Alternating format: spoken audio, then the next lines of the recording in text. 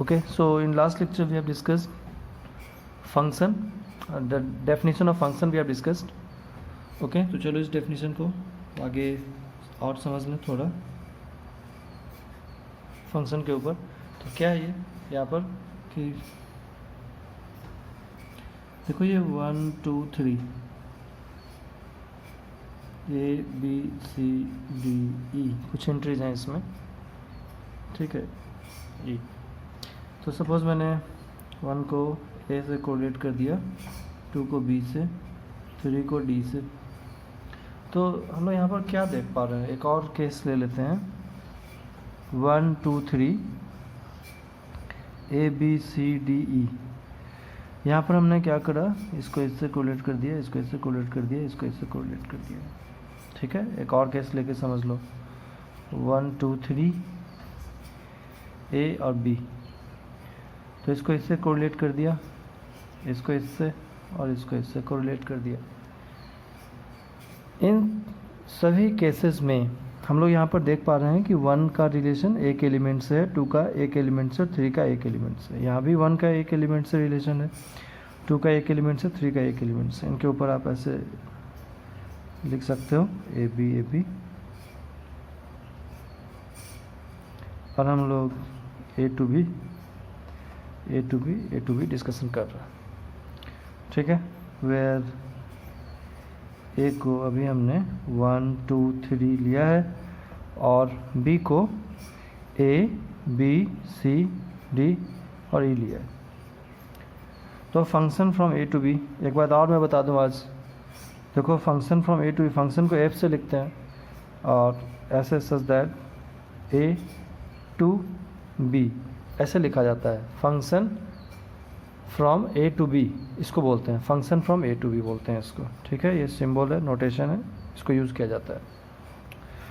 तो ए to B function बन रहा है, हम इसको चेक कर सकते हैं, इसका 1 रिलेशन है, इसका 1 रिलेशन, इसका 1 रिलेशन है। सेकेंड केस में देखो इसका 1 रिलेशन है, 2 का बी से रिलेशन है, 3 का भी बी से रिलेशन है तो 1 रिलेशन ही। 2 का भी 1 है, 3 का भी 1 है। यहाँ पर 1 का भी 1 रिलेशन है, ए से। 2 के कितने रिलेशन है, 2 का कनेक्शन बी से है, 1 रिलेशन। 3 का कनेक्शन किससे है, बी से, 3 का 1 रिलेशन है। तो तीनों ही केस में फंक्शन है। अब आप राइट सेट से देखो क्या हो रहा है। राइट सेट में यहाँ पर तुम्हें दिख रहा होगा कि कुछ एलिमेंट्स राइट सेट में ऐसे हैं जिनके कोई कनेक्शन नहीं है, जैसे कि सी और ई का कोई कनेक्शन नहीं है, ठीक है। फिर भी ये फंक्शन तो है ना, क्योंकि फंक्शन होने के लिए हम लेफ़्ट टू राइट चेक करते हैं, राइट टू लेफ़्ट नहीं। लेफ़्ट सेट की ऑल एंट्रीज का 1 एंड ओनली 1 रिलेशन होना चाहिए इधर, ठीक है। राइट टू लेफ़्ट नहीं चेक करते हैं, लेफ़्ट टू राइट चेक होता है। यहाँ भी लेफ़्ट टू राइट चेक करके फंक्शन बताया, इसको भी लेफ़्ट टू राइट चेक किया, इसको भी लेफ़्ट टू राइट चेक किया जाता है फंक्शन के लिए। अब जब फंक्शन बन गया तो हम लोग राइट सेट की कैरेक्टरिस्टिक को स्टडी कर रहे हैं अभी। यहाँ पर देखो we have some extra element in right set, मतलब in set B, C and E, which has its no relation with set elements. Set elements के साथ कोई रिलेशन नहीं है। यहाँ पर भी कुछ एलिमेंट्स हैं सी डी ई जिनका सेट ए के साथ कोई रिलेशन नहीं है। यहाँ पर ऐसे कोई एंट्रीज नहीं है जिनका सेट ए के साथ कोई रिलेशन नहीं है, सभी का कुछ ना कुछ रिलेशन है। तो कहने का मतलब क्या है, और एक केस और आप सेकेंड में देख सकते हो, यहाँ पर एक एलिमेंट बी है जिसके 2 रिलेशन है। तो हम राइट टू लेफ्ट देख रहे हैं, ठीक है। हमेशा याद रखें कि फंक्शन पता करने के लिए, आइडेंटिफाई करने के लिए पहले तो आप लेफ़्ट टू राइट चेक कर लो। अब हम लोग सेट बी के कैरेक्टर को ऐसे बता सकते हैं कि in set B we may have some element which has its no preimage, है ना। 2 टर्म यूज़ किया था, इमेज और प्री इमेज यूज़ करा था हमने, याद है। इमेज जैसे 1 का इमेज ए है, ये लास्ट लेक्चर में डिस्कस हुआ था। 2 का इमेज बी है, ए का प्री इमेज 1 है, बी का प्री इमेज 2 है, 3 का इमेज डी है, डी का प्री इमेज 3 है। ये इमेज प्री इमेज होता है। तो इमेज तो एक ही हो सकता है, ऑलवेज याद रखेंगे, इमेज एक ही हो सकता है, इमेज 2 नहीं हो सकते। इमेज 2 हो जाएंगे तो फंक्शन ही नहीं बनेगा, है ना। आप लिख सकते हो इमेज इज ऑलवेज 1, है ना। इमेज इज ऑलवेज 1 बोल सकते हैं, इसको बोलते हैं यूनिक। इमेज हमारा यूनिक आएगा, 1 का इमेज एक ही आएगा, ए यहाँ पर आ रहा है, इमेज हमेशा एक ही आएगा। 2 का इमेज बी आएगा, 3 का इमेज डी आएगा, एक ही आएगा। लेकिन प्री इमेज की बात करें तो यहाँ पर तो प्री इमेज एक ही आ रहा है, बट आप यहाँ पर देखो तो बी का प्री इमेज कितने आ रहे हैं, 2 प्री इमेज आ रहे हैं। तो प्री इमेज यूनिक नहीं होता है, प्री इमेज 2 हो गए, यहाँ पर 2 और 3 हो गए ना, प्री इमेज 2 प्री इमेज हो गए, यहाँ पर भी 2 प्री इमेज हो गए। तो हम लिख सकते हैं प्री इमेज। अच्छा, प्री इमेज पर एक बात और भी देख सकते हो कि we have some elements in set B which has its no preimage, कोई प्री इमेज है ही नहीं। तो pre number of preimage ऐसे लिख सकते हैं इसको, number of preimage of, है ना, सेट बी एलिमेंट। यहाँ पर हम 2 सेट ए और बी की बात कर रहे हैं, तो number of preimage of set B element में बी 0 हो सकता है, एक भी प्री इमेज ना हो। जैसे देखो सी और डी का एक भी प्री इमेज नहीं है, और 1 एक हो सकता है, और मोर देन 1, और मोर देन 1 हो सकता है। ये बात समझ में आ रही है। तो हम लोग यहाँ पर क्या देख रहे हैं कि इमेज तो एक ही आएगा, but number of preimage of set B element may be 0, 1 और मोर देन 1 हो सकता है। इमेज इज ऑलवेज 1, इमेज हमेशा 1 आएगा, ठीक है। Number of preimage of set B element, या राइट सेट बोल सकते हैं सेट बी की जगह पर। कोई ज़रूरी थोड़ी है कि हर जगह सेट ए और बी हो। अभी तो हमने डिस्कशन के लिए ए और बी लिया, हो सकता है सेट सी और डी हो, ई और एफ हो, जी और एच हो, कुछ भी हो सकता है। तो उसमें प्री इमेज तो हमेशा राइट टू लेफ्ट आएगा ना, तो अभी राइट पर बी है इसलिए मैं बी लिख रहा हूँ। आप इसको राइट सेट भी बोल सकते हैं। तो number of preimage of right set element में भी 0, 1 और मोर देन 1 ऐसा हो सकता है। ओके, चलो अब आगे बढ़ते हैं। अब हम लोग कुछ बात कर लें डोमेन, कोडोमेन और रेंज की। वैसे ये तुमने +1 में भी पढ़ा होगा। यहाँ पर देखो, left all entries of left set, ऐसे बोल सकते हैं कि all entries of left set is domain, domain. All entries of left set is domain for F A to B. अगर फंक्शन ए टू बी है तो all entries of A is domain. अगर तुम ए टू बी बात कर रहे हो function की, set A to set B, तो all entries of A is domain है, समझ गए। And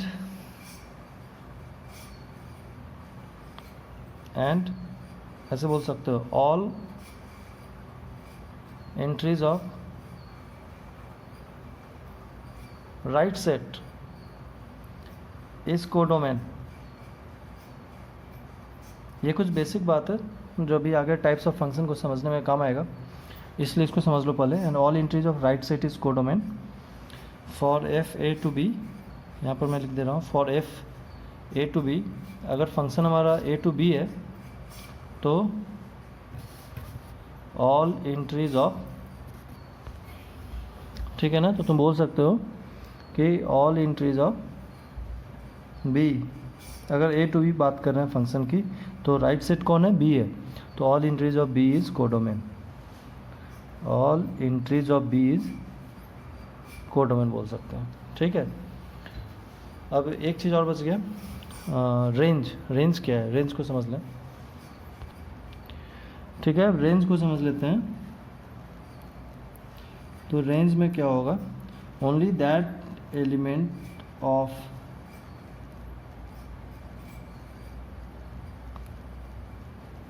only that element of right set,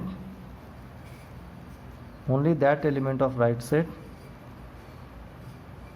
which has its pre-image, which has its pre-image, only that element of right set which has its pre-image is considered as range,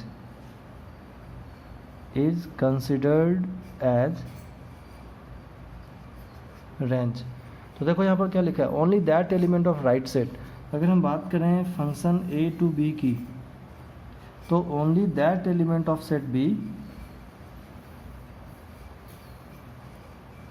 only that element of set B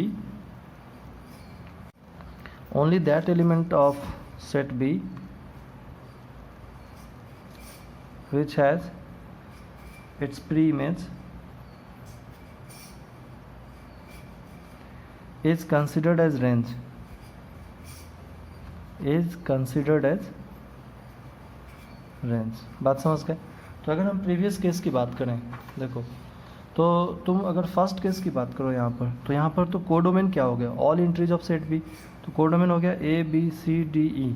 लेकिन range क्या होगा, range क्या होगा, चलो एक बार मैं फिर से बताता हूँ। डोमेन क्या हो गया, all entries of set A 1 2 3। Codomain क्या हो गया, A B C D E, all entries of right set set B. अब रेंज क्या होगा, only that element of right set which has its preimage, जिसका प्री इमेज है। C और ई का तो कोई प्री इमेज ही नहीं है, इनके प्री इमेज 0 है, उसको नहीं लेना। ए का प्री इमेज है 1, बी का प्री इमेज 2 है, डी का प्री इमेज 3 है। तो कौन कौन से एलिमेंट का प्री इमेज बन रहा है, ए बी और डी का। तो रेंज कौन होगा यहाँ पर, इस केस के लिए रेंज हो गया ए बी डी, ठीक है। इस केस में रेंज क्या हो गया, इसका रेंज हो गया ए एंड बी। इसका रेंज क्या हो गया, इसका रेंज भी ए एंड बी है। इट डजंट मैटर कि प्री इमेज 1 प्री इमेज आ रहा है या 2 प्री इमेज आ रहा है, प्री इमेज आना चाहिए। तो प्री इमेज कम से कम एक आ रहा है, इसका तो सी और डी का कोई प्री इमेज नहीं है, तो जिसका प्री इमेज नहीं है उसको रेंज में नहीं लेते हैं। बात समझ गए, ठीक है। चलो एक केस का मैं लिख देता हूँ यहाँ पर फिर से, 1 2 3 ए बी सी डी है ये, मान लो फॉर एग्जांपल समझने के लिए एक जगह लिख देता हूँ 1 2 3 ए बी सी डी है, ये सेट है, ये सेट बी है। इसका रिलेशन ए से दिखा दिया, इसका बी से दिखा दिया, मान लिया इसका मैंने ई से दिखा दिया, ठीक है। तो यहाँ पर एक बार ही हम लोग डोमेन कोडोमेन रेंज लिख देते हैं। डोमेन क्या होगा, कोडोमेन क्या होगा और रेंज क्या होगा। जिस वैसे तुमने तो इसे +1 के सिलेबस में पढ़ रखा होगा, बट यहाँ पर एक बार रिकॉल करा लेते हैं, जैसे आगे टाइप्स ऑफ फंक्शन समझने में दिक्कत नहीं आएगी। तो देखो डोमेन क्या है, all entries of left set या सेट ए, यहाँ पर तो लेफ्ट सेट या सेट ए 1 2 3 ऐसे लिखते हैं इस तरीके से। कोडोमेन क्या है, all entries of right set, all entries of right set, तो ए बी सी डी ई, ये कोडोमेन हो गया। और रेंज क्या हो गया, only that element of right set which has its pre image. तो किसका किसका प्री इमेज है, ए का है, बी का है और ई का है। सी और डी का तो कोई प्री इमेज नहीं है, तो तुम लिखोगे A B and E, A comma B comma E. समझ गए? इस तरह से डोमेन कोडोमेन और रेंज हम लोग लिखते हैं, ठीक है। तो अब हम लोग समझेंगे टाइप्स ऑफ फंक्शन। अब आप समझोगे types of function. Types of function यहाँ पर क्या है, टाइप्स ऑफ फंक्शन में देखो मैंने एक सेट ए लिया, दूसरा सेट बी लिया, ठीक है। इसमें कुछ एंट्रीज ली हमने 1 2 3, और इसमें कुछ हमने एंट्रीज लिया ए बी सी डी और ई। मैं इधर एक सेट ले रहा हूँ, उसके अंदर एंट्री है 1 2 3। यहाँ पर मैंने एक सेट लिया, उसके अंदर एंट्री है ए बी एंड सी। तो यहाँ और एक ले लेते हैं एग्जांपल 1 2 3, और इसके अंदर एंट्रीज है A and B, A and B, A and B. इसको हमने कुछ इस तरीके से यहाँ पर कनेक्ट कर लिया ऐसे।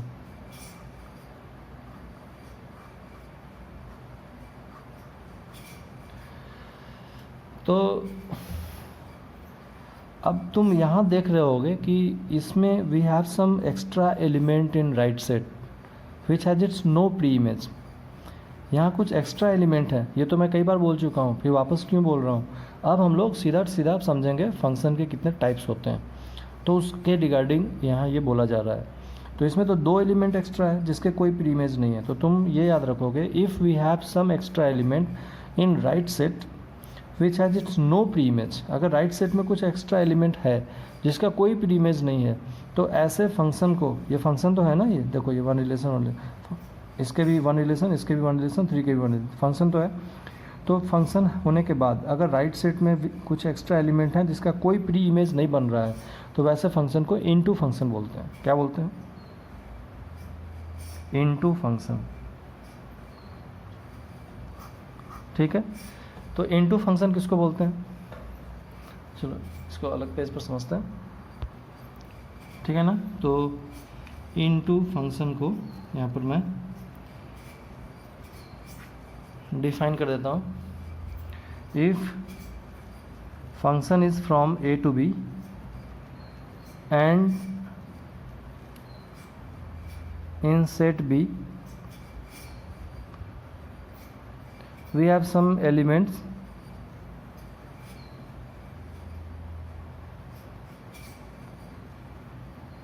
which has its no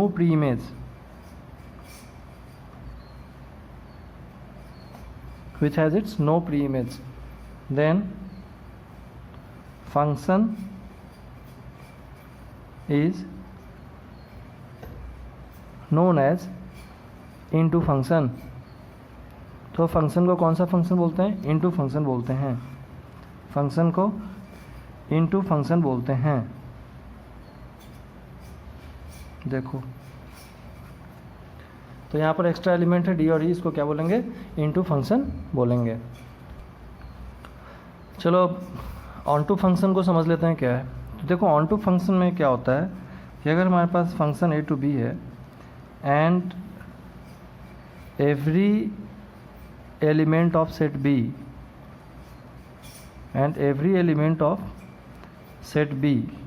has at least one pre-image।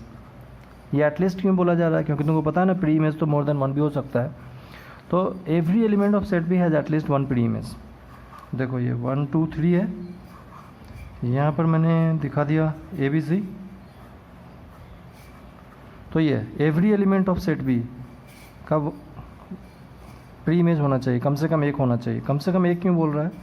क्योंकि मान लो अगर मैं यहाँ पर एलिमेंट कम कर दूँ तो यहाँ देखो बी का कम से कम बी का एक प्री इमेज है, ए के दो प्री इमेज है, इसीलिए एटलीस्ट वर्ड का यूज़ किया गया है, एटलीस्ट वन प्री इमेज। बात समझ में आ रही है? तो ये हमारा ऑन टू फंक्शन है ए टू बी। मैंने इसको यहाँ पर एक अलग केस लिया है। इसको मान लो ये केस 1 है ए टू बी और ये केस 2 है, क्योंकि तुम कंफ्यूज हो सकता है। यहाँ बी में एंट्री ABC है, यहाँ पर बी पर एंट्री ए और डी है, इसलिए मैंने इसको केस 2 लिख दिया, केस 1 है। ठीक है ना? तो इस तरह से हम लोग ऑन टू और इन टू फंक्शन को समझ पा रहे हैं। इन टू में एक्स्ट्रा एलिमेंट होता है, ऑन टू में एक्स्ट्रा एलिमेंट नहीं होता है। सीधी बात, सबसे आसान तरीका समझने का। इन टू में एक्स्ट्रा एलिमेंट मिलेगा जिसके कोई कनेक्शन नहीं होंगे सेट ए के साथ। ऑन टू में सभी एलिमेंट्स के कुछ ना कुछ कनेक्शन होंगे। कुछ ना कुछ कहने का मतलब मोर देन वन भी हो सकता है प्री इमेज, इसलिए बोला जा रहा है कुछ ना कुछ। समझ गए? ओके, तो फिर हम लोग अब इसके आगे नेक्स्ट लेक्चर में डिस्कस करेंगे। Thank you.